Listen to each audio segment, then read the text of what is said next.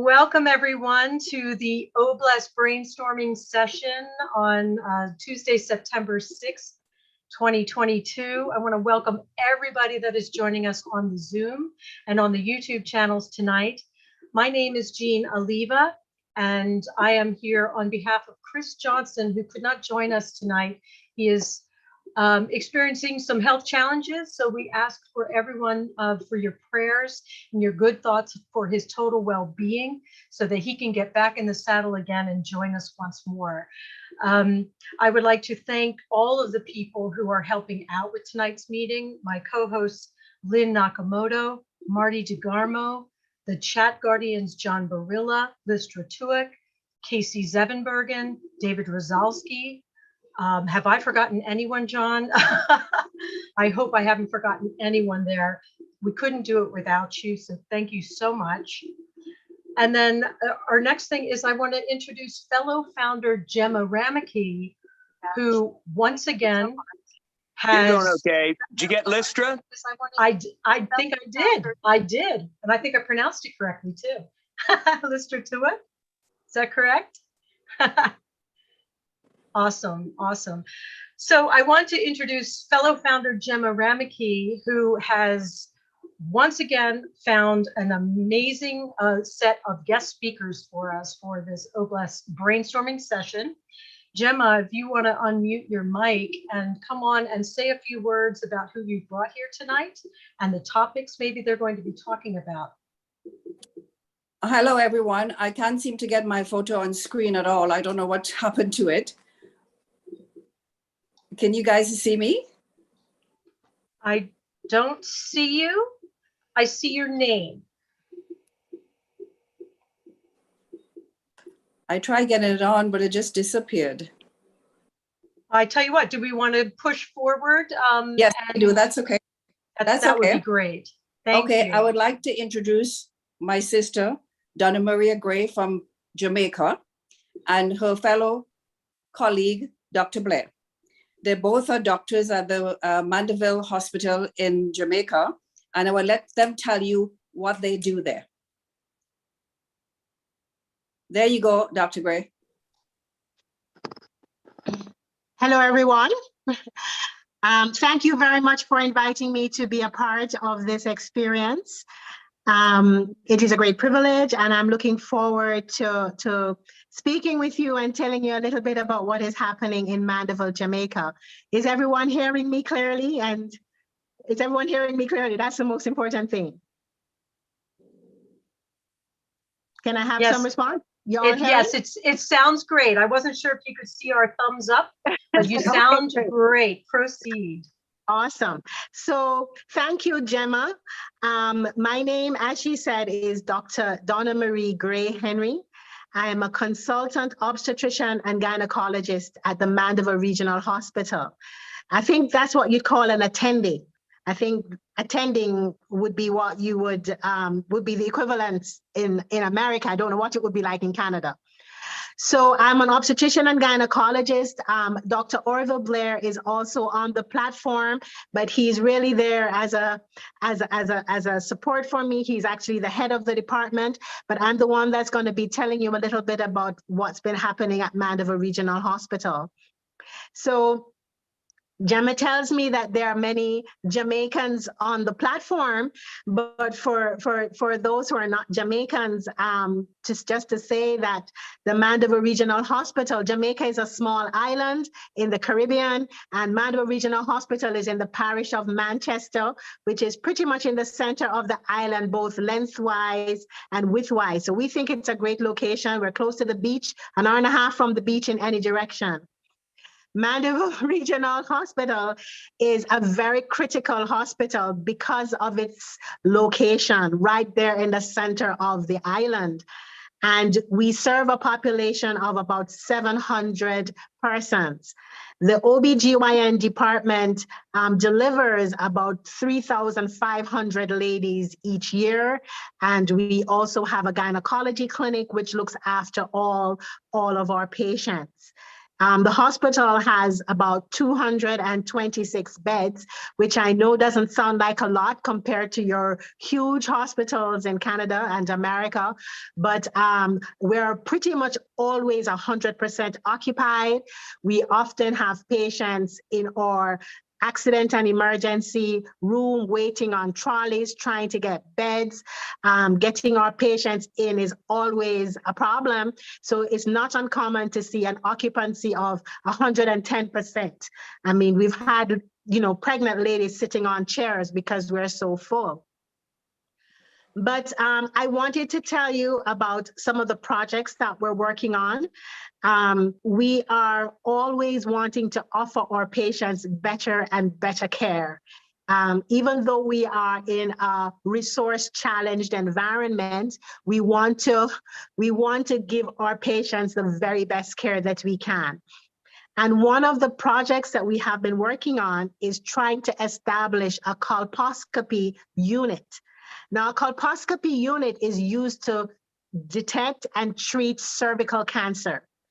And we have in Jamaica quite a high risk of cervical cancer, a high rate of cervical cancer, and our cancers tend to affect young women and tend to be quite aggressive.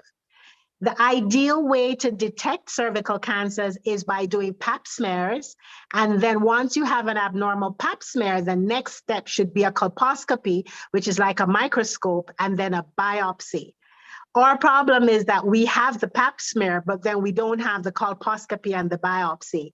And so that hinders the way in which we can treat our ladies. We have for literally years. Before COVID, we've been trying to establish a colposcopy unit. We've been trying to buy the colposcope. We've been trying to buy the things that are needed, and we just have not managed to be able to do so. We are able to do biopsies, but in order for us to do a biopsy, we have to take the patient to the operating theater and do a cold knife biopsy. A cold knife biopsy is not what you should be doing. It's much more dangerous to the patient. It has much more side effects and much more long-term ill for the patient. And also you just can't do as many. So the number of patients that you can look after is much reduced. So our dream is to be able to offer our patients a much better method of assessing early cervical cancers, to pick up the cancers early, treat them early, and to save lives by so doing. Another project that we're working on is that we're always wanting to improve the care on our maternity ward. As I mentioned, we have some 3,500 deliveries a year. We have 30 beds. We have 4 chairs, reclining chairs. And sometimes we have moms that spend the entire night on the chair because we are out of beds. But the need that the project that I wanted to tell you about today speaks to resuscitating babies when they're born on our labor ward. So before I came to speak to you today, I'm an obstetrician and gynecologist, but I had a conversation with my pediatric colleagues because clearly I'm the supply side of the chain when it comes to the pediatrics department. I am producing the babies in my department that end up, some of them in the pediatric, in the NICU, in what we would call the NICU.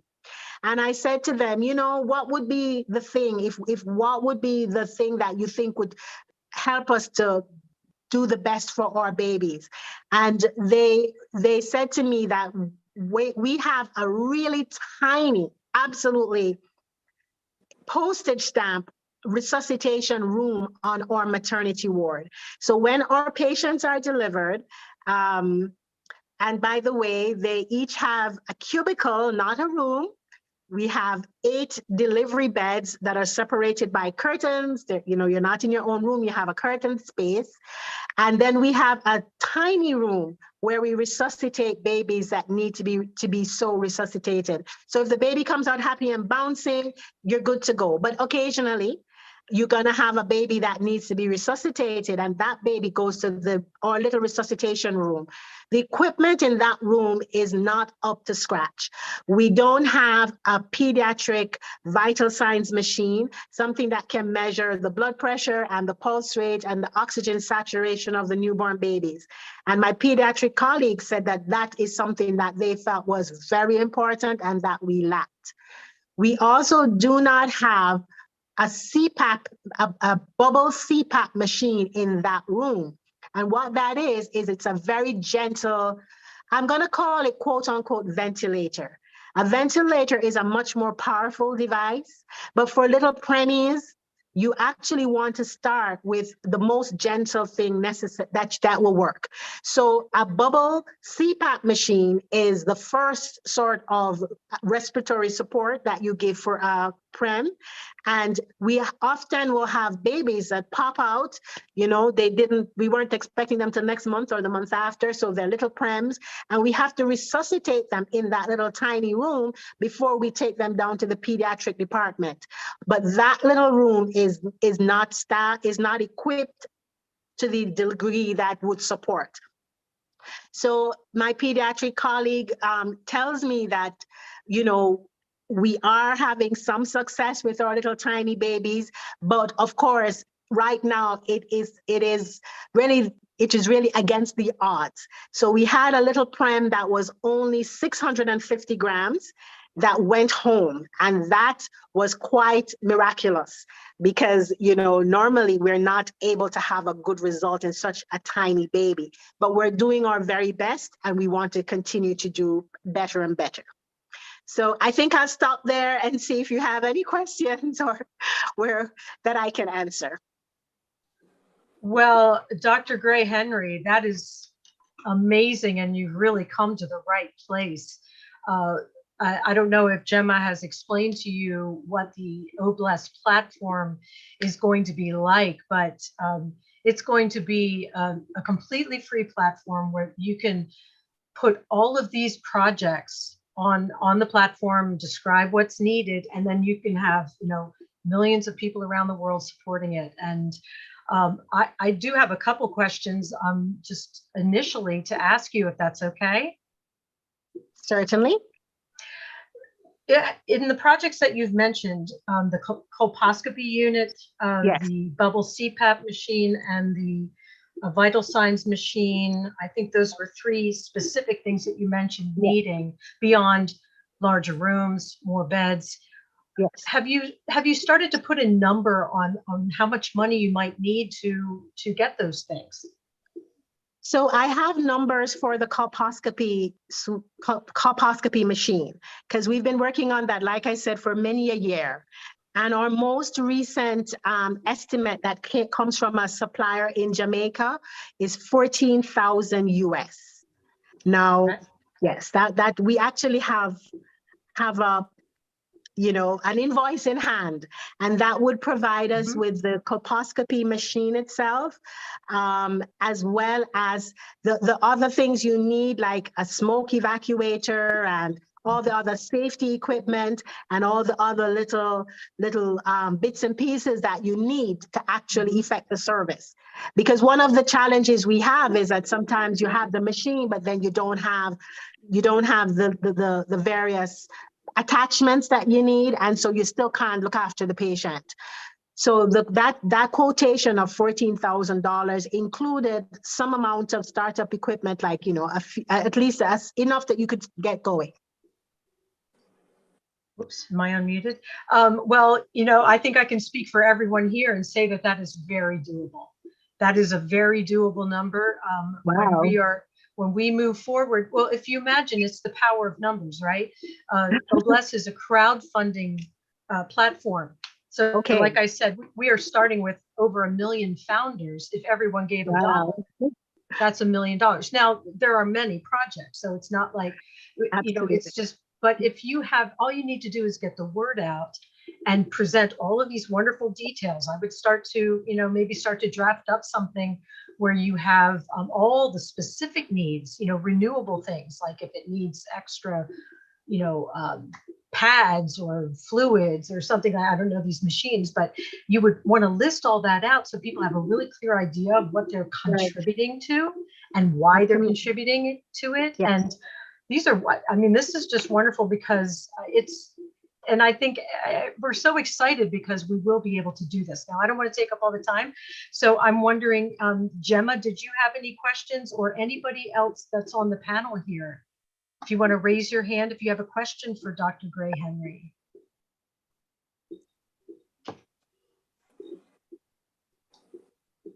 Oops. All right. Marie Pendy, what's your question? I've just asked you to unmute. Are you able to unmute, Marie? You just did. Excellent. I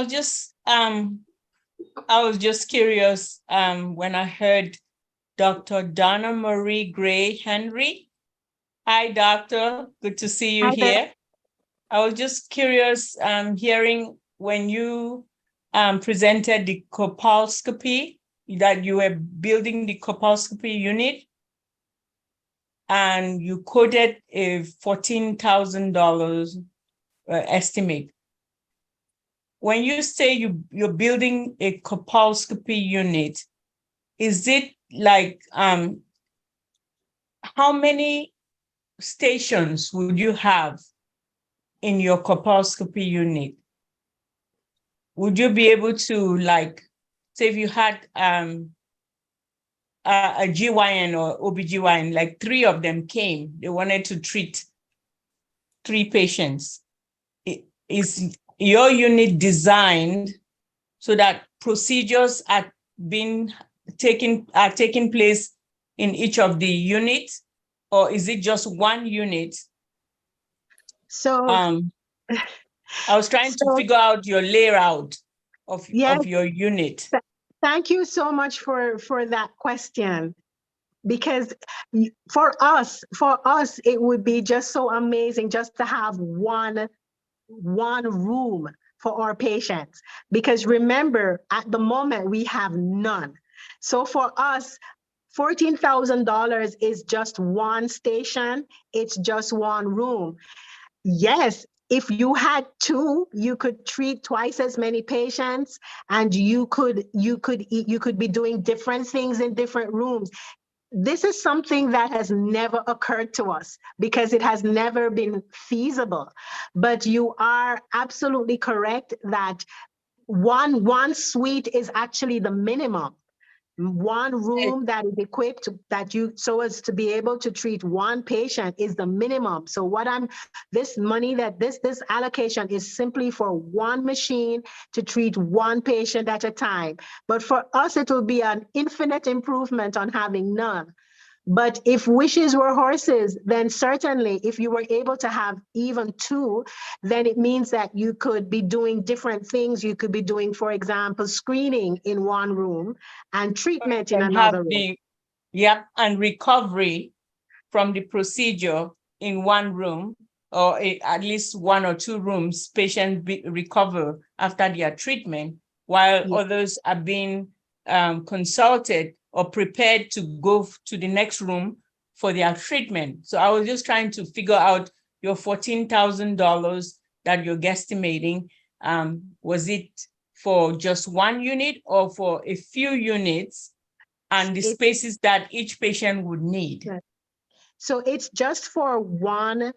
It's just for one unit, and we would house this unit either in our outpatient clinic or in our operating theater. So we would utilize our operating theater as a day procedure unit in this situation, or we have in the past explored putting it in our outpatient department. But the cost that I described was really just for the equipment for one station. Thank you. That's all. All I right. wanted to clarify that. Thank you. Thank you. Marie, that was a wonderful question. Thank you so much for that. And I love seeing and hearing the excitement in your voice, Dr. Gray Henry, because we've all been through this. we all joined on passive with that sort of, could this really be true? And now that we know it's true, we're starting to dream bigger, think bigger, plan bigger, join together on projects. It's very, very exciting. Okay, next we have Engineer Mike with a question. Can you unmute yourself, Michael? Yes, good evening, everybody. Thank you, our leaders. Hi there. Thank you, Dr. Donner, for your explanation. The details were very, very touching. So healthcare is that situation in the world that makes people go crazy because, I mean, the costs are very expensive for treatment. And that is something that we should be taking into consideration because we are getting into a new stage in our lives that will be able to have that financial assistance that we can assist so many people. And that is hence the creation of our CEO created a platform, Obless. That is why we are here today talking about how we can brainstorm to help people around the globe. So, Dr. Donner, here you were talking about the some of the procedures, right? The procedures for the how they call it, evaluation of a patient, okay, for cervical cancer and things like that. You talk about the pap test. Then you went ahead and said there is no enough like materials or whatever to continue the other sections of the test. So which means that to evaluate a patient completely, it is we don't go to the end of it, which means maybe we end it halfway because shortage of materials. That is very risky, right? Is that It's risky? not. It's suboptimal. It is not ideal. It's not ideal. It's not what we want, and that is why we have been trying to improve this situation for, oh my goodness, I don't think at least 10 years we have been trying to establish a colposcopy unit. We have a room, but there's nothing in the room. So we know that what we're doing is not ideal. We have been trying to use what we have. So we have been trying to circumvent and to use what we have. We do have a main operating theater and we can do biopsies, but we can't do what is ideal. We can't do, I mean, some of our patients are young women and you should really not be doing a knife cone. A knife cone means you cut out a piece of the lady's cervix. There is a part, it's possible that she will have issues later on with scarring, with loss of pregnancies. There are complications that she can have. So we are aware that the treatment we're giving is not ideal for this patient, but it has so far been the best that we could do. But we long for the day that we can do better. Okay, Dr. Donner. So which means it's something we're still working on, but because of the lack of financial assistance and finances, it cannot be completed like we started, like you said, 10 years ago, right? Correct. Okay. So are you people associated to OnPassive in any way? Do you have like an account in OnPassive? Do we have an account in where? In OnPassive with our company. You have one? Not yet, no. Okay. No. So Dr. Donner, I will give your hospital a founding account, okay? Okay. So you will give your details to Jane Oliver. Okay. Or to Gemma. Gemma have my contacts. They will contact me and I'll give you people an account to your hospital. Thank you. Thank you. Thanks, Mike. Dr. Gray, Henry, that's quite a beautiful gift. We know the value of the founder account. It's essentially benefiting from the automatic business tools. It's a lot I can't explain it all now, but it's essentially allowing you to, over time, have residual income to Wow. assist your projects, along with some other wonderful things. So it is quite a gift. Thank you so Thank much, you very Engineer much. Mike. Thank you. I'm excited that you're going to be a founder, because you are exactly the type of person that that positive attitude of, I don't have everything I need, but I'm going to make do with what I have, and I'm going to make it the best for my patients. And that creativity and that determined and positive attitude is exactly the type of people that we want on this grand movement that we're on. So Thank you very much. All right, Bruce Gerstein, come on down. Hello and hello, Dr. Donna Marie. Hello. It's very nice to hear you. I've been to Mandeville. And Oh, Mandeville awesome. was the first place, my first experience there was the first time I had green banana porridge. Oh, I asked yes. the man, what is porridge? I never heard porridge. And he said, you come on, porridge. No, I don't know. He goes, oh, cereal, man, cereal. Oh, okay. But it was delicious. But I love Jamaica. Awesome. Awesome. It's a beautiful country. It is still a third world country. No matter how you see it, Jamaica is third world. So when you were speaking, all I could think was that there is much more to the story than just the one machine. There's many needs that you have in this hospital. It sounds like you need a lot of funding for the hospital to really be efficient. And what Engineer Mike has told you, he wants to give you a position which will help you get the funds, to help raise funds to make it into a very, very effective hospital that can help many people in Jamaica. And This is awesome. I think I'm struggling to really just appreciate it. It seems so amazing and incredible. Well, you will understand the blessings that you have just by you being here. Thank you so much. You can always say that there are no mistakes in God's kingdom. So there's no mistake that you're here today to hear about something that could really be an answer to a situation that seems almost, almost impossible to fix. But it's not, because with us, our CEO, Ashma Farah, says, think bigger, dream bigger.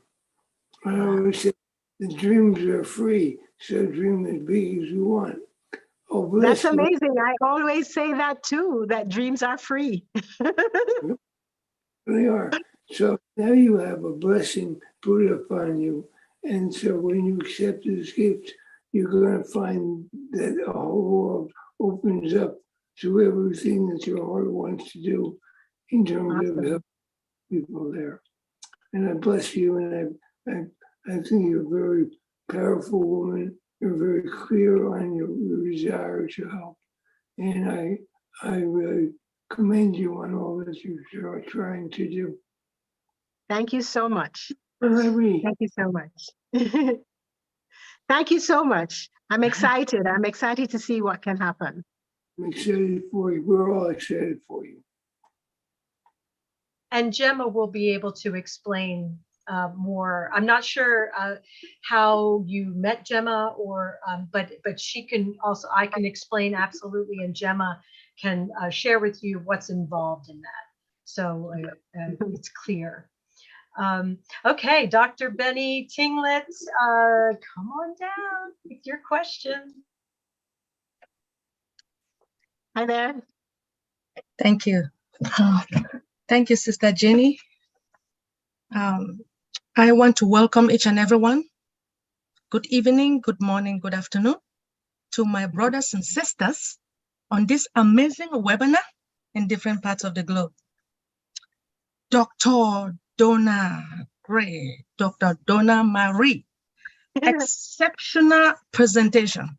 I noticed that about your hospital. You know about your patients. You know what is really happening. Because of OnPassive, everything will be okay. I believe so. Yes. It is your determination, right? You're determined to do everything to help your patients, to Yes. help each and everyone. Because we all know that health is very important. Everything is important. But if you cannot take care of yourself, it's not good at all. I noticed you stated a lot of things. You presented a lot of stuff.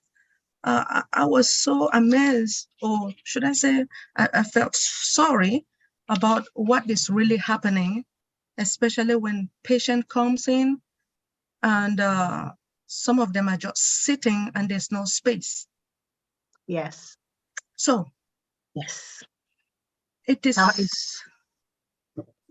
if I may ask, what is the potential to upgrade the facility, the surface, the staffs, and the rest? So the gentleman before says that dream big, and I am a dreamer, and we are dreamers. We do have, one of the things that we are blessed with is that the hospital is on a large campus. In other words, we have land, we have space. So we do have space for expansion. Right adjacent to the maternity ward, there is space for expansion. I mentioned that our ladies in the delivery room do not have rooms for themselves. They labor on a bed separated by a curtain, and they are not able to have a husband or partner with them because there's no privacy. So you could not have 8 gentlemen in the space because in an emergency, the curtains are all over the place and there's just not enough privacy. And one of the things that we are aware is that women labor better if they have support. They labor better if they have their partner, their chosen birth partner. They actually have less pain, need less cesarean sections, need less pain relief. But we have just not been able to offer them not even the comfort of their husband because we don't have enough space. The situation is that you're in a cubicle with 4 laboring ladies divided by curtains.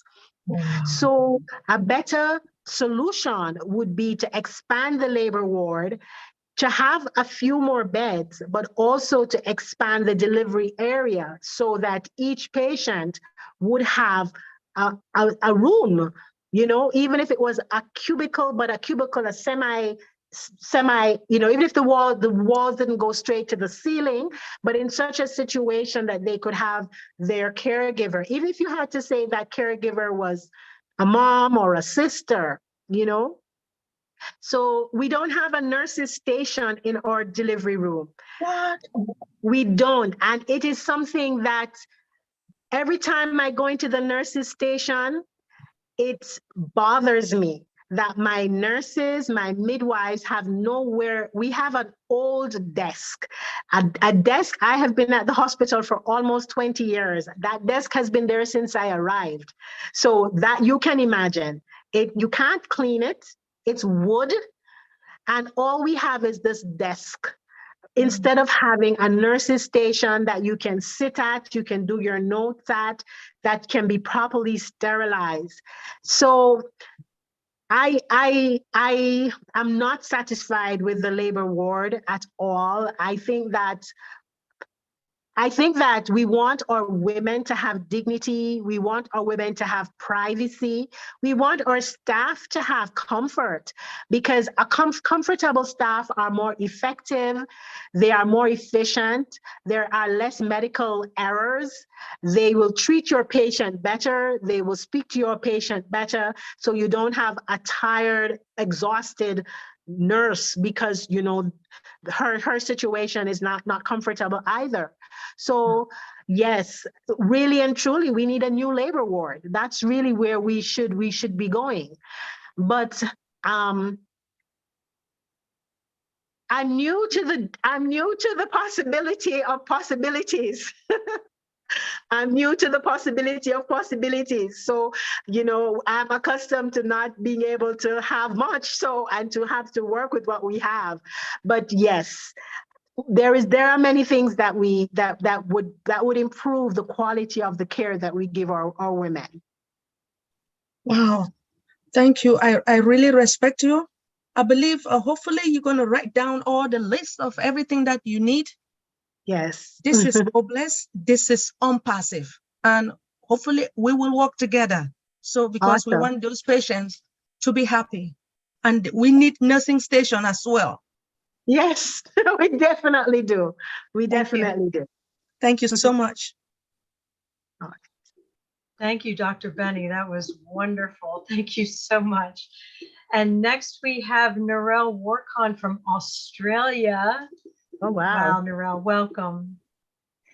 Hi everyone. Narelle Warkon here from Mackay in Queensland, Australia. I want to say thank you, Gina Lever, for stepping up and helping Chris man the OBLES platform, because it is very important that we continue talking about and sharing with others about their different projects all over the world. Dr. Donna Marie, thank you so much for sharing from your heart. I have a question, but I just want to say I have had very preemie babies. All of my three were very preemie, my first being only 27 weeks gestation, weight of 900 grams 38 years ago. So it's very touch and go, and he needed very special care. He was ventilated for 9 weeks, collapsed lung, heart surgery, you know, things like that. So I know the specialist field that you need. Here in Australia, we have it all available to us in a public system. Also, we have private available as well.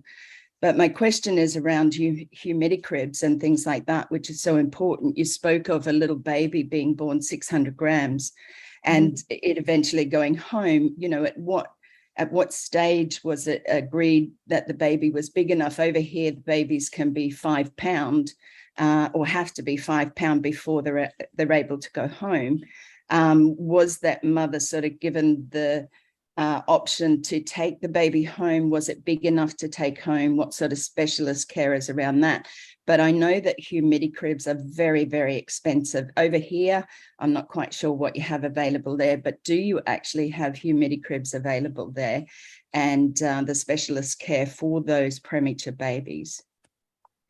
So I'm not a pediatrician, so I'm not sure what I'm not sure what a humidicrib is. I'm wondering, is it an incubator?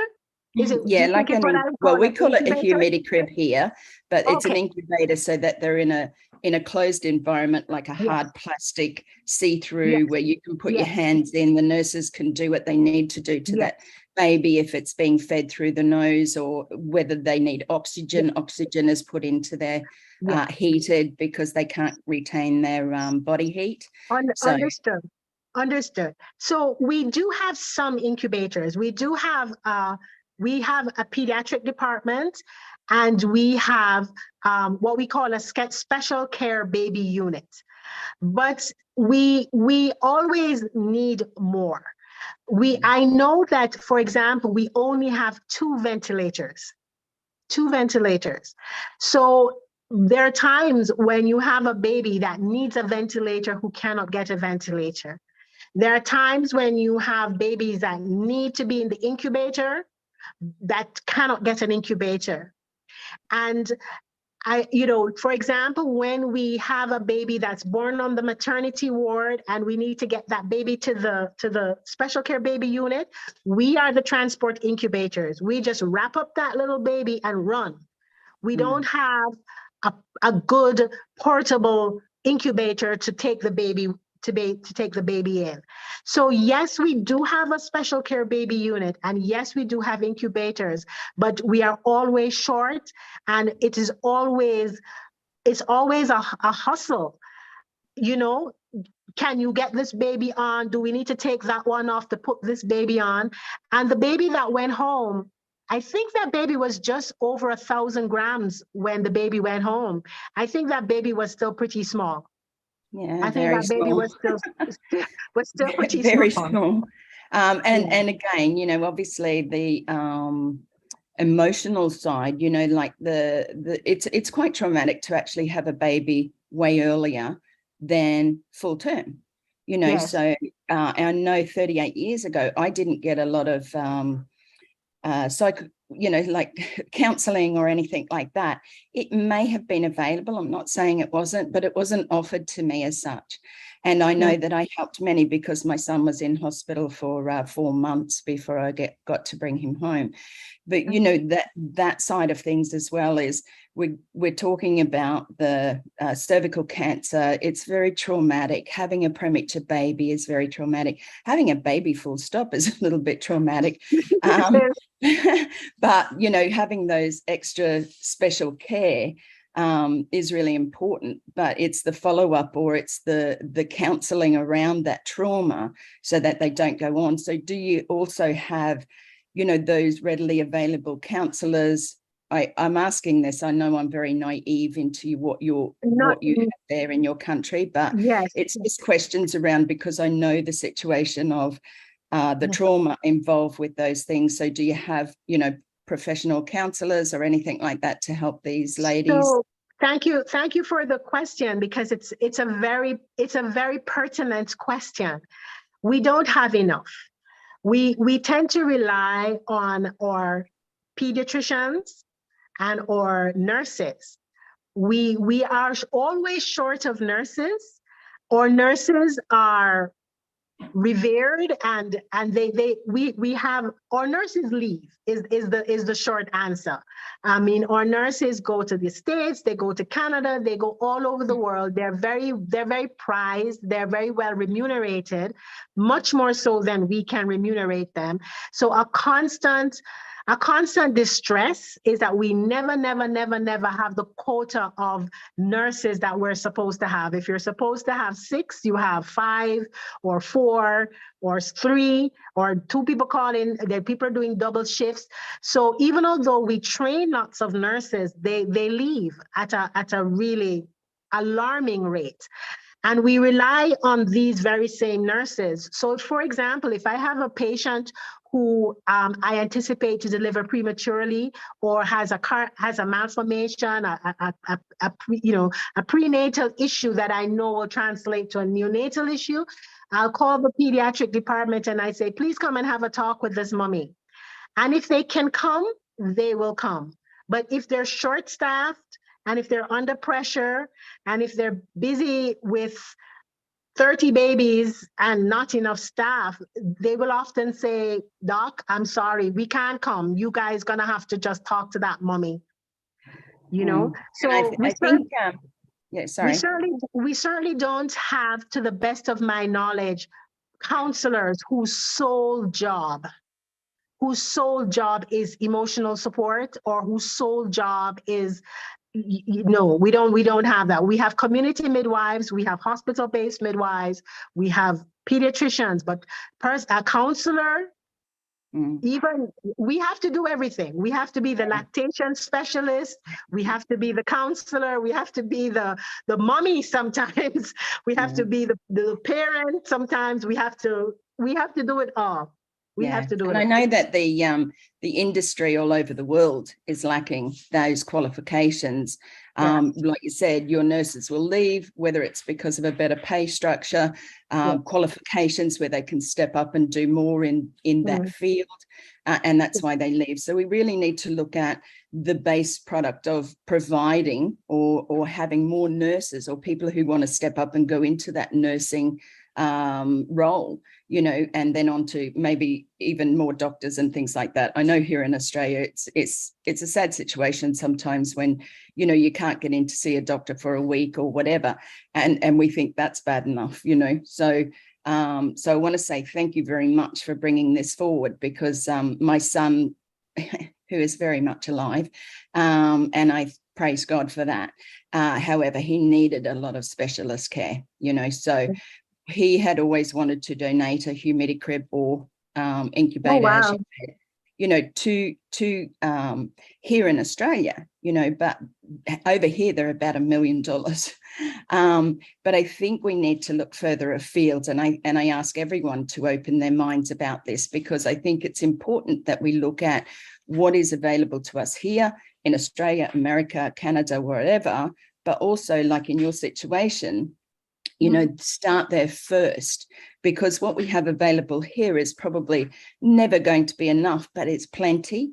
Okay, where you have basically nothing, or certainly don't have the need, like what you need. What you want and what you need are two entirely different things. But I think it's very important that, you know, in that field, that you have what you need. And again, coming back to Academy and things like that, there's going to be, you know, readily available courses and things like that, where people can perhaps in your country step up to doing and getting a qualification. It may not be the qualification, but enough to be able to stand beside you and help you in those situations, you know, and fill in where they're needed. So I want to thank you very much for sharing with us today. It really is a privilege to have you here. And Thank you so thanks much. again for Gemma bringing you on. And thanks again, Janine, for allowing me to speak today. Thank you. Narelle, those are fantastic points.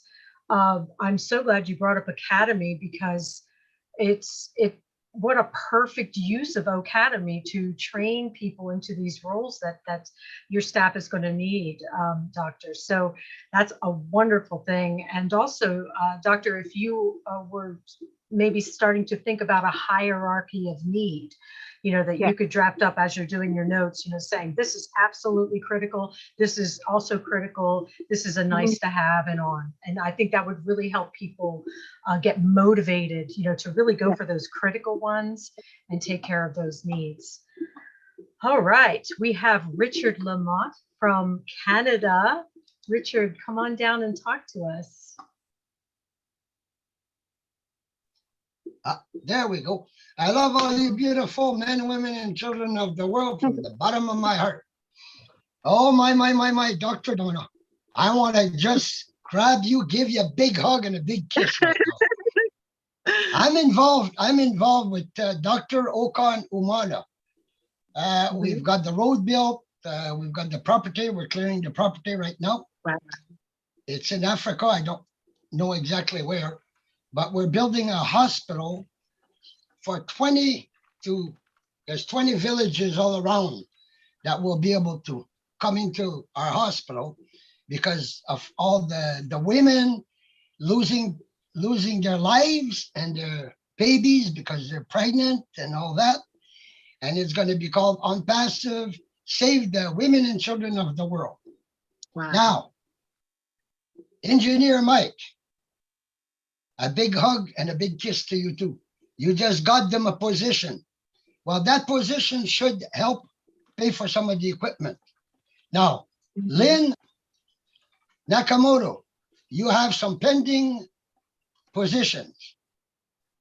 I want to get one of those pending positions from you for Dr. Donna's hospital so that they can not only buy equipment, but can also get more apples to do more for the hospital. And that will warm my heart for the rest of my life to know that these women and children are being saved because of this position. So, Wow. so can you fix it, Lynn? And I will pay for the position. Yes, certainly. We can have, we'll do a direct message in the chat with the doctor, okay? And then I'll give you my number and we can work it out. Thank you. Thank you so much. So that's my gift, not only to you, but to the women and children of the world that are in need. Thank you so much. And I Thank would you so love much. I would love to be there and be able to have one of those babies in my arms and comfort it. Congratulations, Dr. Donna, for what you're doing, and thank you for being with us. And from the bottom of my heart, I'm giving you a big hug and a big kiss. I'm hugging you right back. Oh, Thank you so Dr. much. Richard has a gigantic heart, especially for women and children. He's just one big heart. And I'm so grateful to you, Richard, for gifting her with that. That's wonderful. Wow, this is, I don't want to get emotional. Okay, our next speaker is Joyce Hicks. If you want to come down and ask your question or make a comment for the doctor here. Thank you, Jean.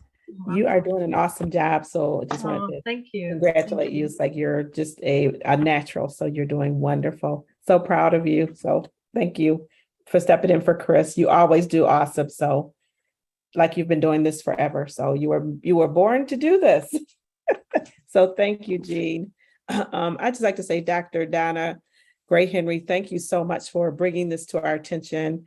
I just commend you for the work that you're doing for your heart, for people and for women. You have a huge heart. So God bless you, and you will be blessed tremendously for what you're doing, and just continue to do what you're doing, continue to be great, because you're at the right place at the right time.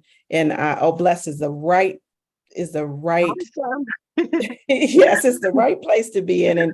And there's so much out there that Oblast will be able to do for you and for the people in Jamaica, for your hospital, and to get the equipment and everything that you need. So don't worry. I think Dr. Benny says, don't worry, you'll be okay. You'll be fine. And I understand and I can relate to this. My granddaughter was born premature, 1 pound, just 4 years ago. And I just can't even imagine not having the equipment and not having the people in place or anything in place to help her survive, and as well her mom. So, this is just so important what you're doing. I think it's a great thing that you reached out, and Jerma, thank you so much for bringing her to the forefront, so that we as Passivans and we as the Oblast family will be able to help and to do anything within our power. So I can really relate to that. And as Engineer Mike said, dream bigger. As Mr.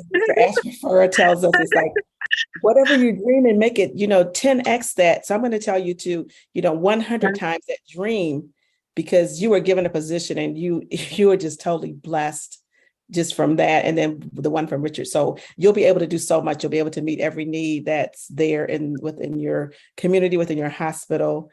And I that was the comment. So I do have, do you have follow-up is there follow-up for the patients and follow-up for the babies? I know you said you have pediatricians, but if someone needed something right then and there, is there follow-up available? Yes, there is follow-up. I know they're always overwhelmed. Mm-hmm. I see them, I see outside the pediatric department, if you pass, there's a bench and you see a little row of mommies with some little teeny tiny babies. So I know that they're all brought up, and our pediatrics department are amazing. I mean, it's a tiny department and they work really, really, really hard. So yes, there is follow-up. I know there's always more needed. I know that they're always exhausted. And I always feel a little guilty because I feel like obstetrics and gynecology, we're the supply, and we're kind of always, we look after the mommies, and then the babies pop out, and then we just hand them to the pediatricians and expect them to work their magic. So yes, there is follow-up. I'm sure that they would always want more in terms of manpower, but yes, there is follow-up.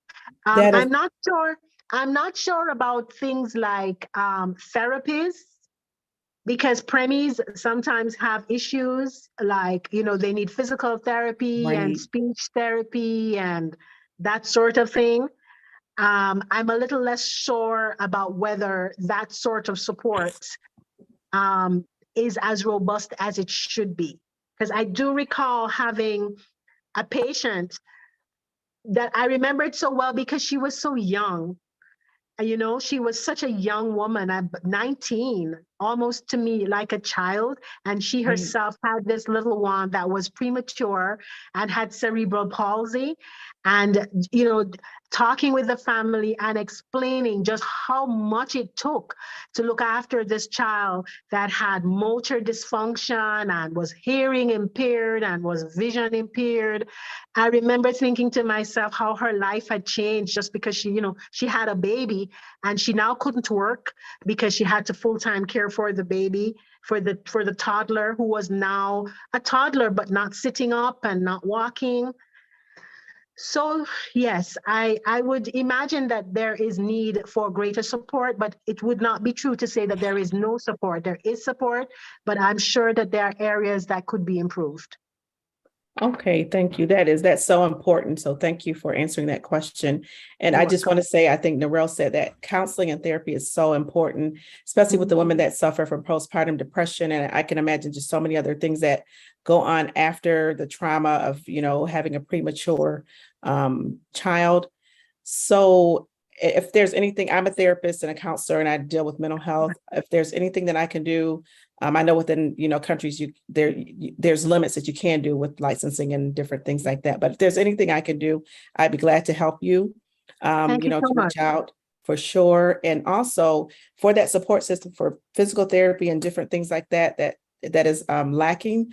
I have a position. I would also like to offer that position for people that's in need of physical therapy, have children with traumas or having different needs, you know, some disabilities. I would love to do that for your hospital and for you guys. So, but thank you so much.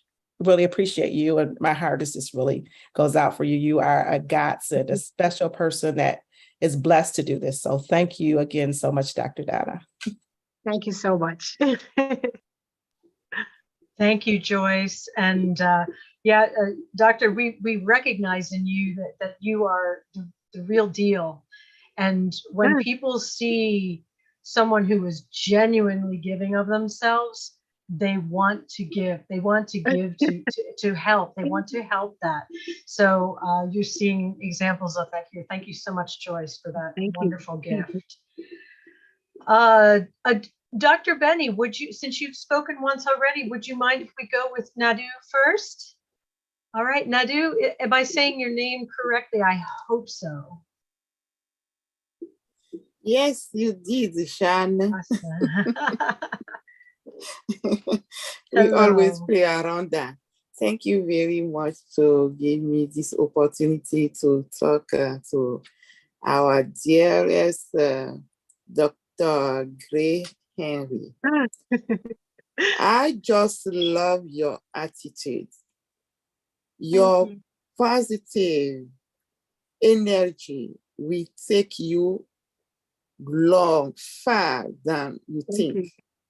Because you don't even know what is on passive, what Engineer Mike gave you, but you took it and you are holding like it's an egg in your hand. I want to tell you, he gave you a golden egg. Oh, golden I believe egg. It. Yeah. And then the way you accept it, it makes other people give you more. If not, our brother for Canada will not come in. Our sister Joyce will not come in.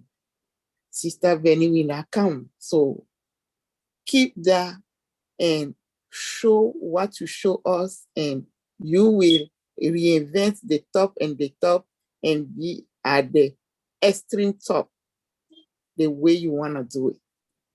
Thank you so much. You're welcome. I want to come to the cancer part.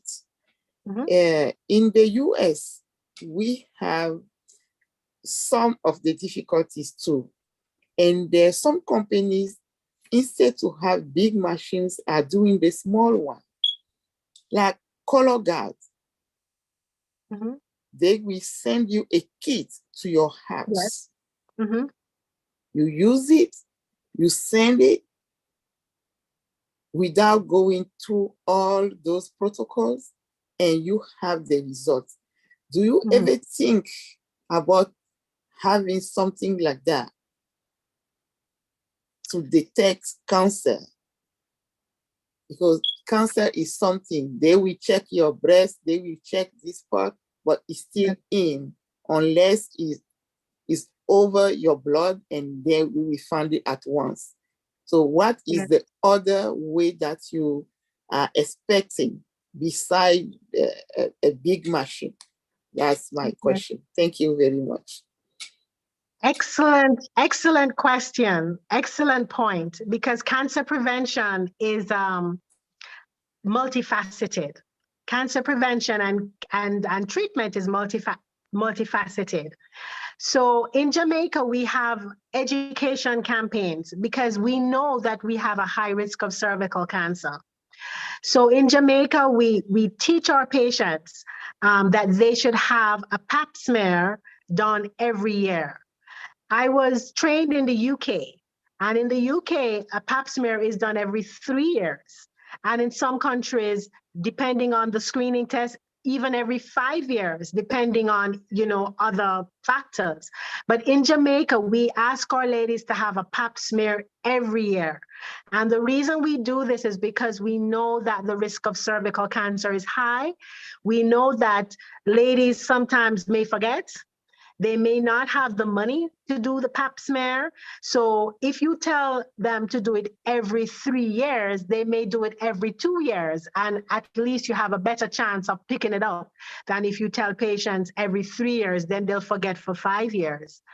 When it comes to breast cancer, we teach our patients about self-examination. And we teach our patients that they should self-examine the breast, that most breast cancers are discovered by the patient herself. And so we place a lot of emphasis on education. So whenever we meet our patients, wherever we meet our patients, we try to explain to them all the things that you can do to mitigate your risk. When it comes to bowel cancer, I don't think we have the at-home testing as you do in the States. So at the moment, as far as I know, you do have to go to a lab and be tested at a lab. And I think bowel cancer is something that we probably need to teach our patients more about, because it is a very significant risk. It's much higher than most patients realize. For gentlemen, I know we're talking about the ladies here and the babies, but for gentlemen, prostate is quite a high prevalence in Jamaica. And we struggle because culturally, our gentlemen do not have good health-seeking behavior. They don't want to go to the doctor. They don't want to have a rectal exam, a prostate exam, because they find it culturally, unacceptable. And so prostate cancer is another thing that we struggle with.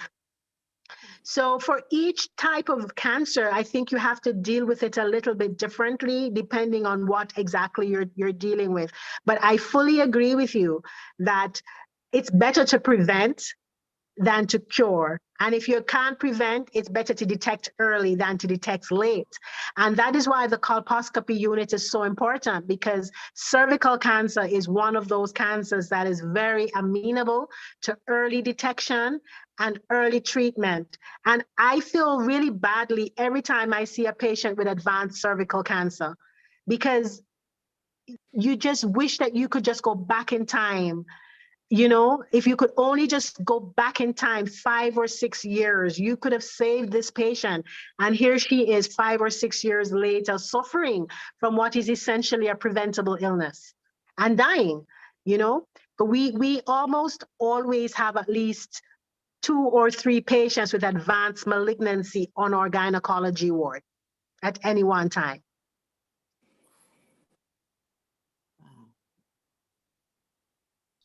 Anyway, thanks a lot. Thanks for everything that you are doing. Thank you very much. Thank you, Nadu. Next, You're I'd like to welcome. call. I'd like to call Tina Go. We're going to try get everybody that has not asked a question first, and then we'll go back to Dr. Benny and Bruce, if that's all right. Good morning, good afternoon, good evening, everyone from the Offensive family. I love you all. My name is Tina Jago, and I am your friend. I always forget to say this, but I'm trying to be composed here today.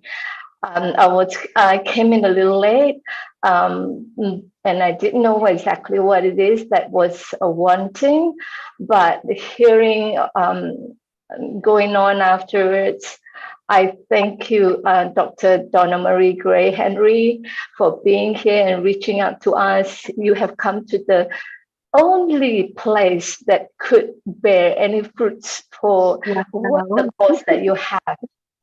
I love you, and I must say, I'm coming out here after all the people that with the greatest gigantic heart, like Jean was saying, that I can't say much more, but I wish to confirm what Narelle has said earlier with regards to emotional therapy. I'm a life coach, I'm certified life coach, but I always tell my people that I'm a life learner. And because of all the experiences that we have in life, I started out with a young marriage, hopeful of being a mother of many children because I come from a nine sibling families. And so I wanted that for myself as well. But as God Almighty has it, it didn't come true. But my resilience and what you have with the resilience in your course is the same. I'm blessed with 2 beautiful adult children right now, but I had 6 failed pregnancies and with stillborns and with so that emotional therapy for a mother who's having a child and being sick or cancer stricken, and it's so important, and especially so if she has lost a baby at birth. And that's where I come in, being a life learner. And I hope to help in any way that I can, be there in Jamaica with you, with the moms who needs that kind of help. I'll be here. And also at the same time, I wish to thank Gemma Remeke. Thank you for bringing her on here. And I too have been buying Pending Founders to give to people. And I would love that, Lynn, you give me another one, please, to give to Dr. Donna Marie. Thank you so much. That's all. I can't say much, but I know that I'm here. God has sent me here to listen to your cause and to reach out my little hands to you. Amen. Thank you so much. Thank you so much. I love you all. Thank you. Wow, Tina. That really touched me. Thank you so much for coming on here and sharing that. I know, don't get me started. Okay, we're going to quickly move on to Listra. Can you unmute yourself and share some words or comment or question for the doctor, please? Hello, everyone again. Hello. Dr. Gray, I am Gemma's sister. Oh, nice to meet you. Nice to meet you. I have a question. In the event that there's a crisis, because you said that the birthing room is usually a drawn curtain there, right? And they have to have that baby right there. In the event of a crisis with the mother or the baby, and you or whoever's in charge reaches out for help and there's no one to come, as you said, of shortage and so on, what happens? Like, I can't wrap my head around that. What happens in an event like that? So we have to use what we have. We have to use what we have. We have to always focus on what we have. So in an emergency, we have to use the staff that we have, and we have to use the facilities that we have. honestly, privacy is a luxury sometimes we cannot afford. So it is true that if we have a mom that is needing to be rushed to a cesarean section or is having a hemorrhage, we have to just open those curtains up so that we can look after her, which is why we're not able to have her husband or her mom or someone with her, because at any time we may need to just sort of look after that mom. And the staff that we have, they just all have to work. Even if it's a question that we're severely understaffed. I mean, we've had days where we're supposed to have 6 or 7 midwives and we only have 4 or we only have 3. We can't focus on that. We can't say in a crisis we should have more. That's not the time. At the time, we just have to focus on preserving that mom's life. We have to do everything we can for that mom, that baby at that time. So to be honest, you just go into action mode at that time. You don't have time to think. You just have to try to do everything you have to do to get what you need done. Right, right. Oh, I find that incredible. And I have to commend you. I mean, your attitude is just incredible. You're there and you can talk about this and you still, you have that drive, you have that love, you have that, you can smile. So yeah, you're doing great. Congratulations. Congratulations. And we're here. We're all here to help. And things will look better. It will get better. And you will be so blown away. You will be. Well, I promise you. I believe it. promise you. Thank you. Wonderful. Thank you so much, Lystra. Okay, back to Dr. Benny. And I do want to say, if we could hold off after Bruce, no more hands for right now, because we do have a second speaker tonight and we want to give him a chance to speak and have some comments from his discussion. So Dr. Benny, if you could unmute and share your thoughts. Thank you. Thank you. Just short and sweet question. Short. Thank you. Dr. Gray Marie. Yes. First of all, I love your smile, just like mine. Yes. I know that because of the way you talk and your hard work, I know that you do pray all the time before you go to the hospital, right? Because our God is with you. Yes, taking care of those patients. You mentioned something about machines or equipment. One thing to get the machine or the equipment, but do you have professionals to do the job? If so, what about the fundings? What about funding for professionals? Yes, please, to do the job, to take care, let me say if you have the machines to take care of the children, like the cervical cancer and the rest, do you really have the professionals to do the job and the funding? So that is a difficult question to answer, and I'll explain why. For example, in our obstetric departments, we have got consultants, we have got attendings like myself who are trained in colposcopy and who are able, Dr. Blair, who has been listening in on the conversation, he hasn't said much, but my colleague, Dr. Blair, we are trained in the use of the colposcopy and in able to use it to diagnose and to treat. So I would say that, yes, we do have specialists, for example, for the colposcopy unit. As I explained, we struggle with our nursing cadre. And specialist nurses, for example, nurses to work in the operating theater. There have been days when we've gone to the operating theater and the doctors are there and you can't do the case because the operating theater nurse, you have no operating theater nurse, or you have no recovery room nurse. This is not uncommon for us.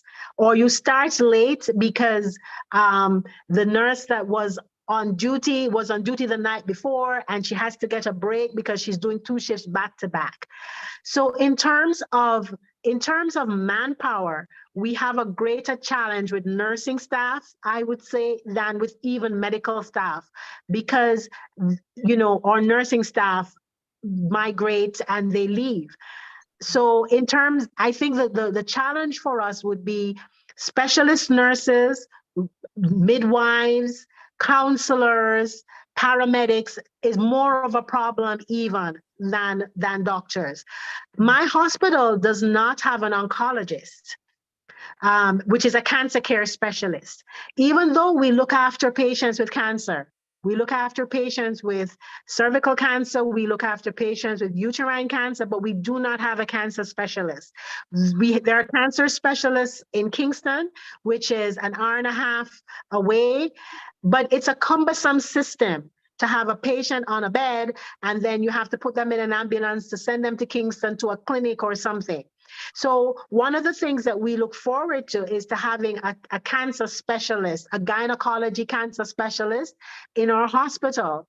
I'm not quite sure how the training mechanisms for that would go, but this is one of the things that we think would improve the quality of care, you know, if we had such a person. There's certain operations, certain surgeries that really need to be done, not just by a general gynecologist like myself, but a gynecology oncologist, who for them, all they do is cancer care. And we look forward to perhaps having that one day at Mandeville. By the grace of God, you will have it. Absolutely. Amen. Thank you so much for coming. We really appreciate you. Thank you. Thank you. Thank you, Dr. Benny. And now, Bruce, would you share your words with us before we switch to our next speaker? Okay, Sister Donna Marie. I call you sister rather than doctor. That's true. What all the things you've said, you've resonated so much with the hearts of people here. Look at what they've done. Now, I want you to think about this for a minute. I told you before, think big. You just talked about many things that you need. Yes. But we were becoming a founder. There are now just under 1.5 million founders in the world. Many of them will be test for what you need in Jamaica. And even if only 25% of them give you $1 to your cause, you could have many machines. You could hire the best staff that you need. But the big thing for me to suggest that you do is have a wish list and think big and think of everything you need, because everything, one of the slogans in OnPassive is uplifting humanity. And we want to uplift your spirit in Jamaica. How are we going to do it? We uplift you, we uplift the health and the welfare of the children there, the people there, the wives that all the people need help. And help you fight cancer and do all those things. And all those things are possible because, again, in God's world, there are no limitations. So I want you, this is a little assignment, just make a list of all the things that you need, because in time, on Bliss, we'll be able to provide the funding that you will need for that. Okay? Thank you so much. Again, many blessings to you, many blessings to your family. Thank you so much. Thank you so much for you. Thank you. Thank you. Thank you, Bruce. And I'm glad you brought that up, because the thing that's, you know, Jamaican founders, you know, I don't know any off the top of my head, but I'm sure they're around. And just by your sharing tonight, it's like word spreads. And there may actually be, we have doctors, we have nurses, we have, you know, in the ranks of the foundership. So there may be somebody that could fill a need who's a founder. We just don't know. But so there are just so many ways that, because you've shared your story here, the word is going to spread and people will start to seek more ways to help you out. All right, I would love to have our other guest, Dr. Orville Blair, if he wanted to raise his hand and share a few words with us in tandem with Dr. Gray Henry. or on his own. I'm not sure exactly what he was going to share specifically, or just to add on to what you've already said. Dr. Blair, are you here? I see that you're here, but I'm not sure if you're here. So he is here, but I think he wanted me to do the speaking on his behalf. Dr. Blair is the head of department in obstetrics and gynecology at Mandeville Regional Hospital.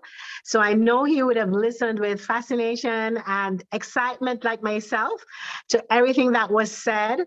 I want to thank you all so much for the invitation. It was lovely to come and to tell you about our hospital and about our patients and about our babies and about our ladies. And thank you for being as excited as we are about offering them better care, because yes, it is our passion. It is our passion to ensure that everyone that we come in contact with get what they deserve, which is the best care that we can offer. And we're very excited to have your partnership in that endeavor. Thank you so much, Gemma, for giving me this opportunity and for linking us up like this. It's extremely exciting, and I can't wait to see what's going to happen and to be able to update you all and to tell you, what we have been able to create together. May I say something, Jeannie? Absolutely. We have a half an hour left in our regularly scheduled meeting, so we could have more people raise their hands and have comments. But absolutely, Gemma, please, I would love to know more about how you met the doctor. Well, to be honest, she is related to my husband. And I met her wonderful. And I met in Jamaica years ago, and we don't keep in touch as much as we should. But the last time, 2019, I had a little too many lollipops and I fell down the stairs. I sprained my ankle and had to come home with a boot. So Donna provided the boot for me and the wheelchair and everything for me to get on the airplane to get back home. Lystra, you did not know this information, but there you go. So I just want to thank Donna for accepting my invitation. And I didn't know much about the hospital, and all you people that offered her positions. I will get in touch with Chris and talk to Chris about it. And before I send all her information to you guys, including Mike and Dr. Benny and I think was Joyce and Richard. So I would talk to Chris about it, and I would talk to Lynn and Julie and get all the information you guys need to get Donna these positions. Okay. Thanks again, Donna. Love you. Thank you. Yeah, thank you, Gemma. Wow. I mean, By you the are way, really batting 1,000 with your guest speakers. She's a really good cook too. Every time I go to Jamaica, I get a meal from her. She's a fantastic cook. Well, then you'll have to get together with fellow founder Red Redfern, who is a chef. You can talk food. He would love that. He would love that. Thanks, Liz. Well, I tell you what, so now we have a little bit more time if we'd like to discuss more, if people have more comments about some ideas they have for the doctor or anything on this kind of a topic, you can go ahead and raise your hands. And if Dr. Blair decides he wants to share anything, he can absolutely raise his hand also. Come on, Dr. Blair, I'd like to meet you. Yes, this is about the safest, most loving environment you'll ever find. So, okay, Tina, do you have some more to say to us? Yeah, I just want to say that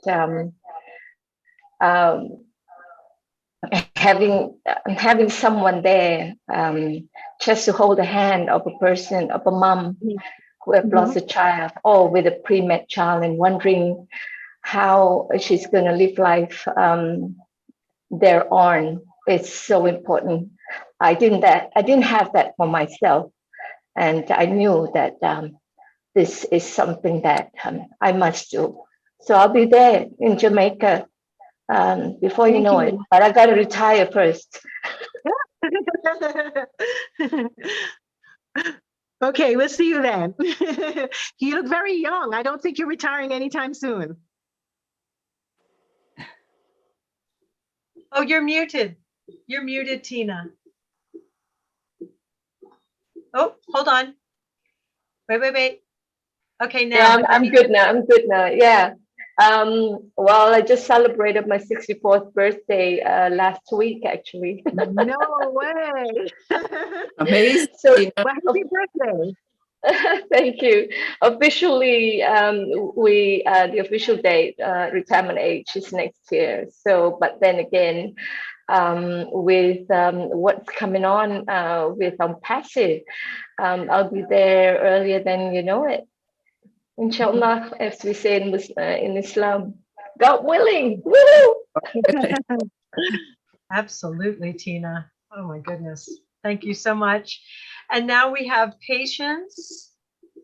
Patience, are you able to unmute? I am. Hello. Good So good to evening, have you everyone. here. Thank you. I'm so blessed to be in Unpassive. I'm not going to say right now how I got into Unpassive because I'm preserving it, and God willing, I would have a good day to tell that story.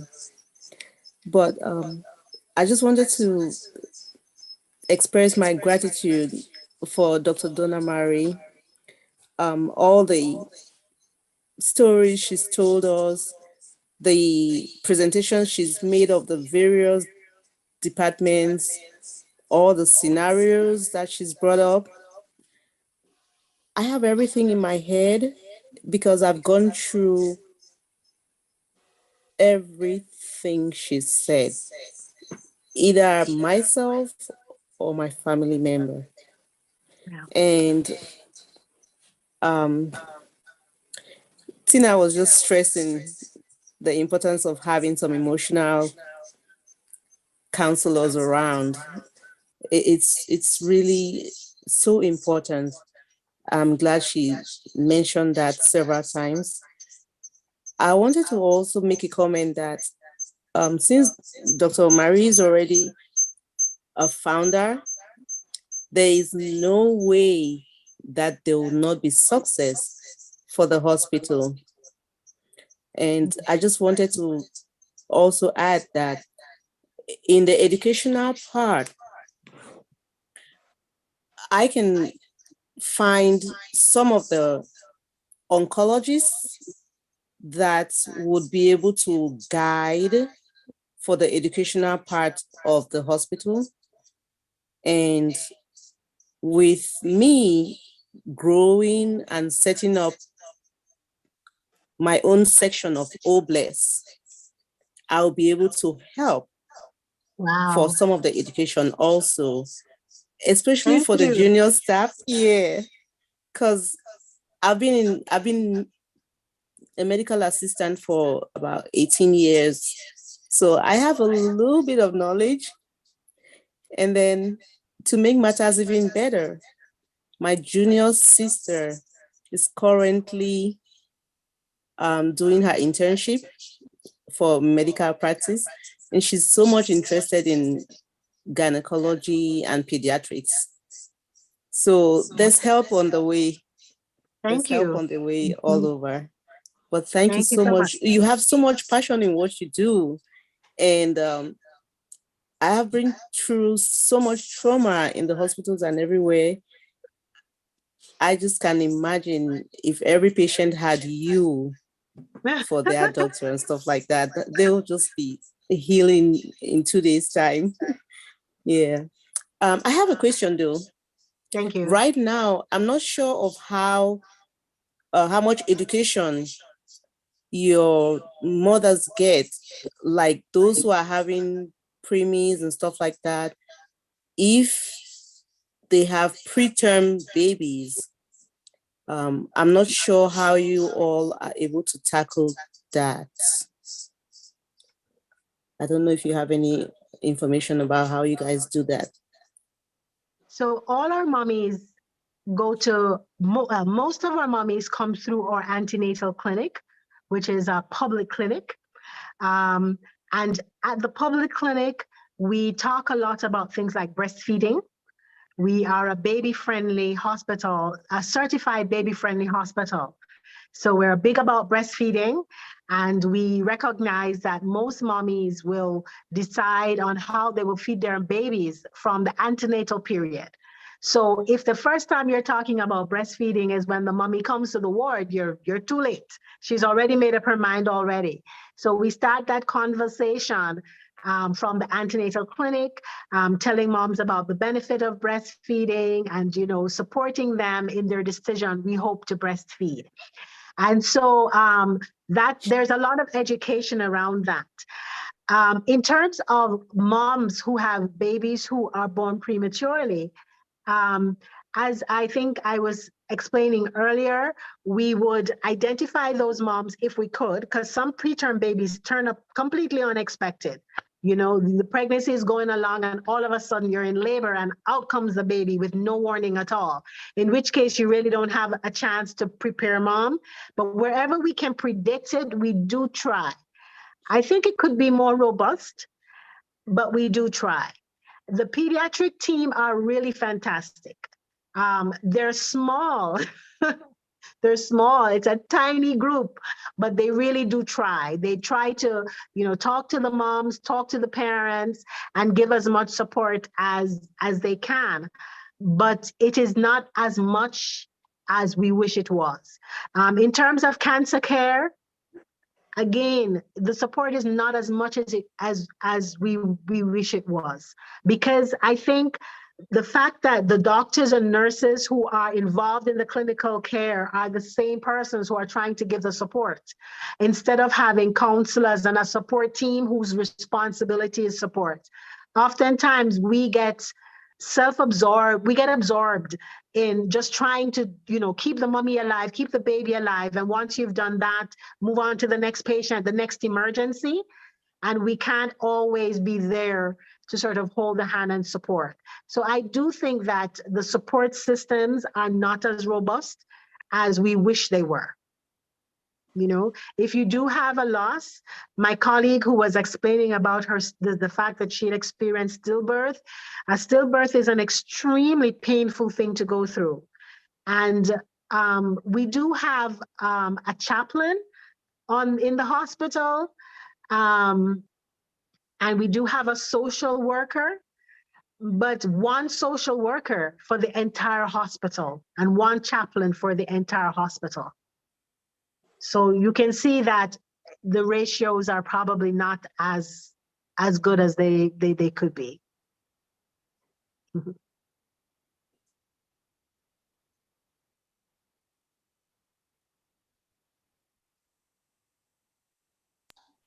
You're muted, Patience. Can you unmute yourself? Oh, hold on, just a second. Okay, thank you. You're welcome. All right. Well, thank you so much for that explanation.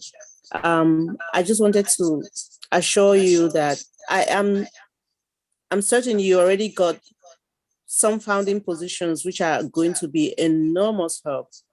But when it comes down to the hands-on, when time comes, I'll also be there to help with all staff.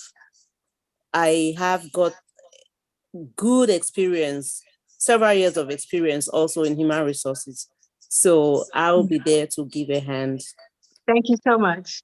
Thank you so much, because you need to get more staff, of course, and the resources will be there. So it's nothing to talk about anymore. Yeah, thank you, Patience. You're welcome. Thank you. May I say something again? Absolutely. Thank you. Donna Marie does not know anything about OnPassive, really, besides I asked her to come on this. So I've got to explain to her how it works. Okay, so after I do that, I will get the information that you guys need from her. It wouldn't be fair to give you guys the information and she doesn't know anything at all. I mean, I know all of you can explain to her, but I prefer to do it myself if you guys don't mind. No, thank you. Absolutely, yes. Anybody who has offered to gift the doctor tonight, please connect directly with Gemma. before taking any action. So she can do as she just explained. So thank you so much. Thank for that. you. All right. Do we have any more raised hands? Any more comments for our guest speakers tonight?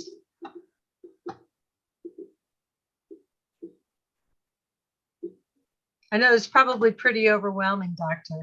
It is. I'm thinking to myself, I'm not sure what I have received, but I believe it's a good thing. It is definitely a good thing. And you know what? We don't want to overwhelm you. Gemma will explain it beautifully to you. believe it. It's one of those things when we all joined, you know, it was, you know, it's one of those things where you think, wow, it almost sounds too good to be true. But then you join the journey and you learn more, and it just becomes part of the fabric of who you are. And then you just start to, as everyone has said, to dream bigger, to just relax into the knowledge that things that we never dreamed could have been taken care of are going to be over time, you know, and it's just a beautiful thing. Okay, we have Karina Lance from Canada. Please come on down and share some words. Thank you, Jean. I appreciate it. Hello. Hi, guys. I just wanted to say thank you, Engineer Mike, Richard, and Sister Joyce, for the positions that you're giving to Dr. Gray and what you're doing for her. I know she doesn't realize, but soon she will. But thank you as well, Dr. Gray, for coming on here. I'm just blown away. I'm just listening, and I love this very much. All of you. You know, it warms my heart to know that what we're going to do for you and for a lot of people. So thank you for coming, and thank you for being here. And thanks to all of you. I love you all very much. Thank you for giving me the opportunity to talk. It's always a pleasure to hear you talk, Karina. And thank you for being one of the early adopters of this beautiful company movement. It's people like you that have been in from the beginning that have made it possible for those of us who came later. And so thank you for that. All right, next we have Jake Fish. I know you're going to have something amazing to say.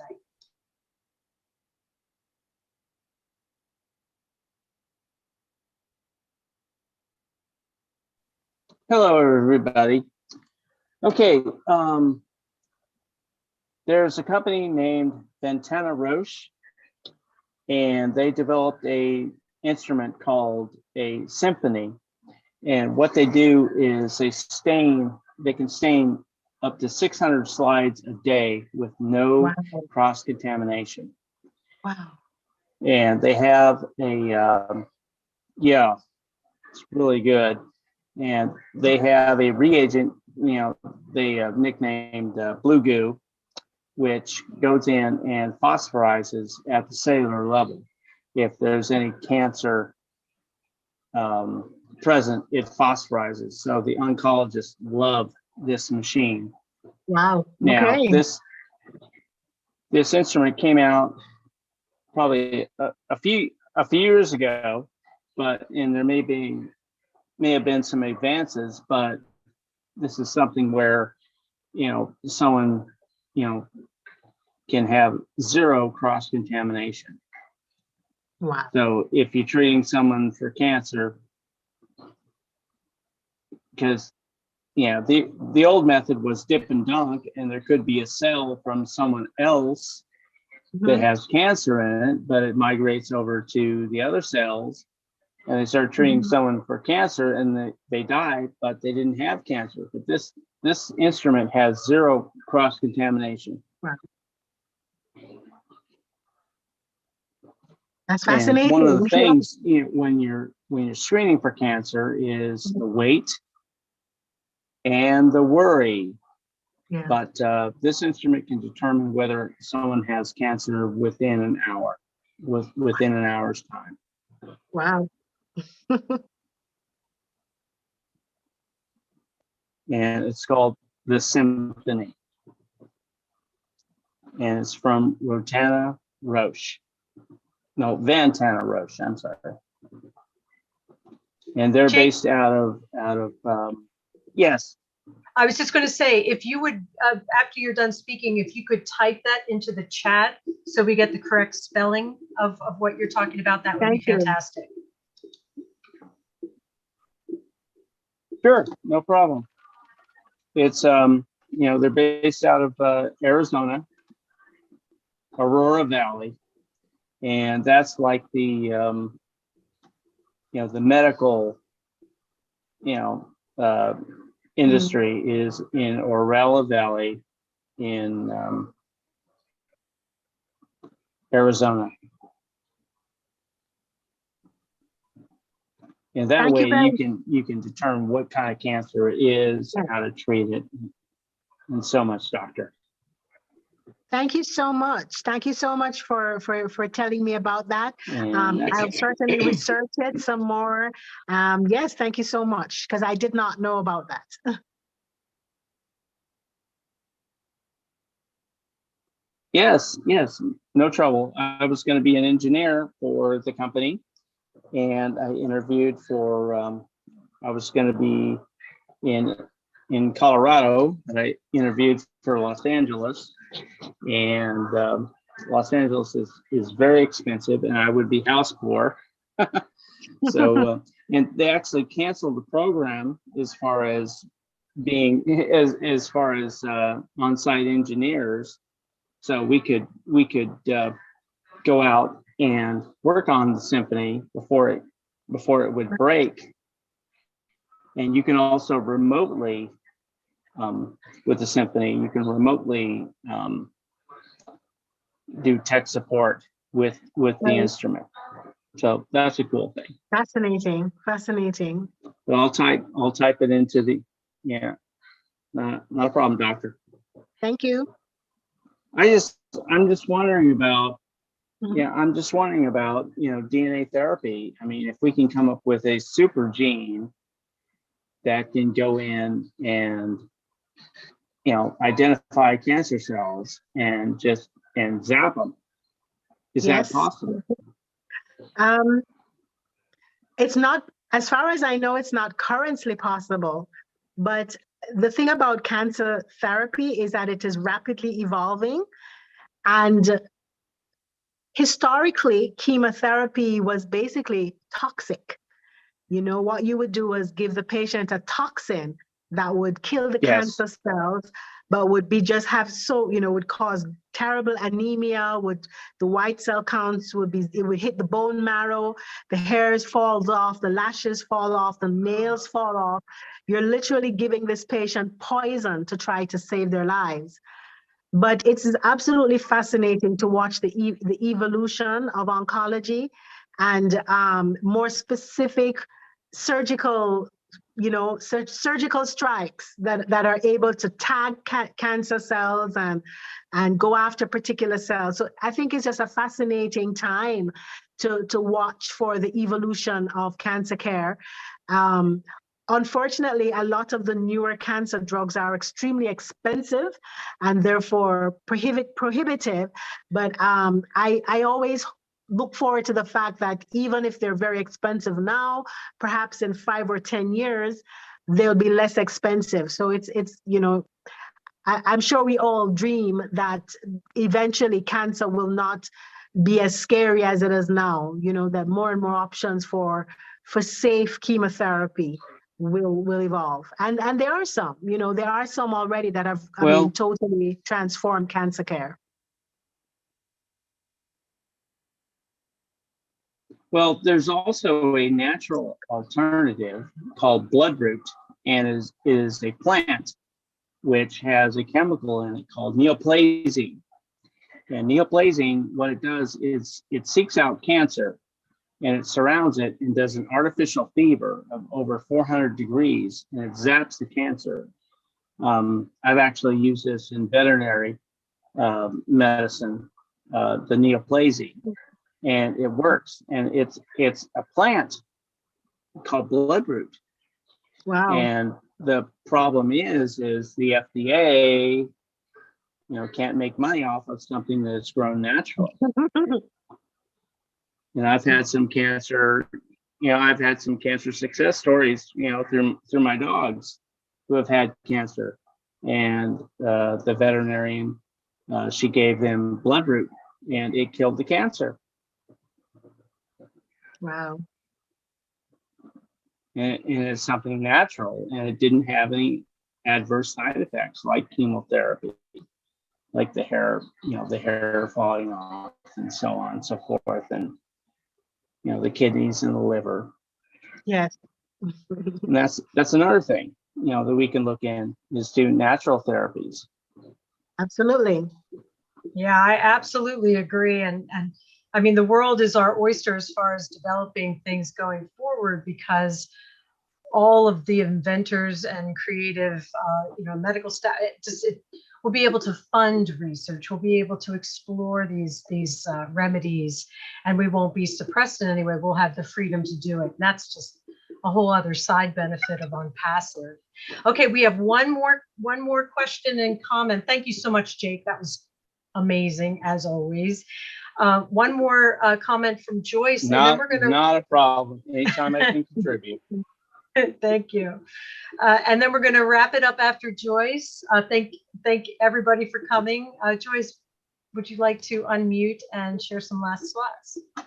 Yes, I would just like to say, Dr. Gray, as you were talking about the expenses of cancer, I totally agree. I have a family member, actually, my husband had cancer, and his treatment was like $10,000 per month per treatment. So it's very expensive. So being in the United States being expensive, and I know it's very difficult in Jamaica or other countries as well. And as Jeannie was saying, like with all the research going forward, and Jake was saying, there are things that are being developed, and you were saying that it's moving so rapidly, but with OnPassive and OBlessed, we'll be able to do that, like to help to do all this research and hopefully one day alleviate cancer and find a cure for it. And I know a lot of the things that's out there, doctors the insurance companies can't make money. So of course, they don't promote it. So I just like to say that, yes, definitely with everything that's going on, we'll be able to help in so many ways to help patients with treatment. So I experienced that firsthand. The expense is very, very expensive, $10,000 a month. But he's a survivor. So, God blessed him and healed him. So, just so thankful for that, and my faith is just, my faith is just over the top, because I believe that God is a healer. And I know with the patients that you have, I believe that can happen as well too. So again, thank you so much. Thank you, Jean, Lynn, everyone, for the supporting my sister and friend, Jean. You did a wonderful job. Thank you again. Just love you guys to pieces, and just look forward to meeting everyone, and so look forward to having you as a founder as well, Dr. Gray Henry. Thank you. Thank you. Thank you, Joyce. All right, well, we have a few minutes left. We're going to wrap up. I would love to once again thank the doctors for joining us today. Thank you, Gemma, for bringing our wonderful guest speakers tonight. Thank you to all the co-hosts, Lynn Nakamoto, Marty DeGarmo, John Barilla, Bruce Gerstein, Listra Tuak, Casey Zevenbergen. Have I forgotten anyone? I hope I haven't. Thank you all for making this possible. Thank you to everyone, watching the chats, even that aren't chat guardians, to make sure that everything out on YouTube has been, positive and accurate. And we could not do this without you. I hope everyone got something out of tonight's discussion. It was absolutely amazing. We've just got so many ideas about how we can help this hospital in Jamaica. And Dr. Gray Henry, did you have any final words for us? Yes, certainly. So thank you so much for accommodating me on this amazing platform. It is true that I don't think I fully understand the scope of what it is that you're trying to do and that you're going to accomplish. but I'm looking at the banner across that's behind you, and it says lifting up of humanity across the globe. And I'm looking on the chat and I'm seeing 113 participants. Well, I guess subtracting myself and Dr. Blair, that's still 111. And I'm realizing that this is over 100 persons who are interested in lifting up humanity across the globe. So I really want to thank you for the invitation and thank you for thinking of collaborating in this amazing way. I really do believe that anything is possible by the power of faith and community, and that there are many needs, but that we are strong, and that if we come together, we can make a difference. So thank you so much for the invitation. I've enjoyed spending my evening with you. Absolutely. Thank you so much. And it wasn't just the 100 you see here. It was live streamed across 20 YouTube channels. And the recording of this will be shared in our back office. So potentially over 1 million people could see this video. And it's very exciting. And I know it's going to inspire everyone who watches it. So thank you so much again. And Lynn, did you have any words for us as we close up? Well, I wanted to thank you for hosting. You did a really good job. You know, you're just like, as everyone says, you're natural. You're able to bring out people when they speak, get them to speak a little bit more. So it's just, that's a gift that you have. So I'm glad that we've discovered you and that you're willing, you know, you have the heart to help other webinars. So thank you so much for what you do. It's really special. Thank you, Jean. Thank you so much, Lynn. It's an honor and a privilege. And I wouldn't have been able to do it without great examples of leaders like you and Milo and everybody else that has, and Chris Johnson, oh my goodness, and Red Redford and Marty DeGarmo, and everybody who has given just an exemplary example of being a leader, being patient, being, I don't have enough words for the people. I'm blown away by the leaders in this company, and I know you all know what I'm talking about. I'm glad to step up on these occasions, but I really don't have the stamina to do what you do, Lynn. Oh my goodness. Well, I think we can wrap this up. Lynn, how does Chris usually do this at the end? Is it a quick goodbye and a closing up of the recording, or what's the best way to do it? Yeah, he usually he keeps it on the gallery. So I took it to the gallery now, and everybody can say bye-bye to one another. Can I mute them? That would be nice. Are you ready? All right. Everyone say aloha to each other. Aloha. Bye, everybody. Thanks so much, everyone. Bye, everyone. Thank you so much. Great job, Good, everyone. Bye, everyone. Love you all. Cheese Evan Bergen. Thank you so much, Tina. Bye, John. Thank you to Engineer Mike and Bye, everyone. Engineer Next Mike, weekend, Saturday, Joyce. Tuesday. Thank you, everyone, for your generosity. Bye, guys. Thank you, Have a Jean. good night. Bye, doctors. Good Bye, everyone. Bye, Gemma. Bye, guys. Gemma. Thank you, Gemma, for bringing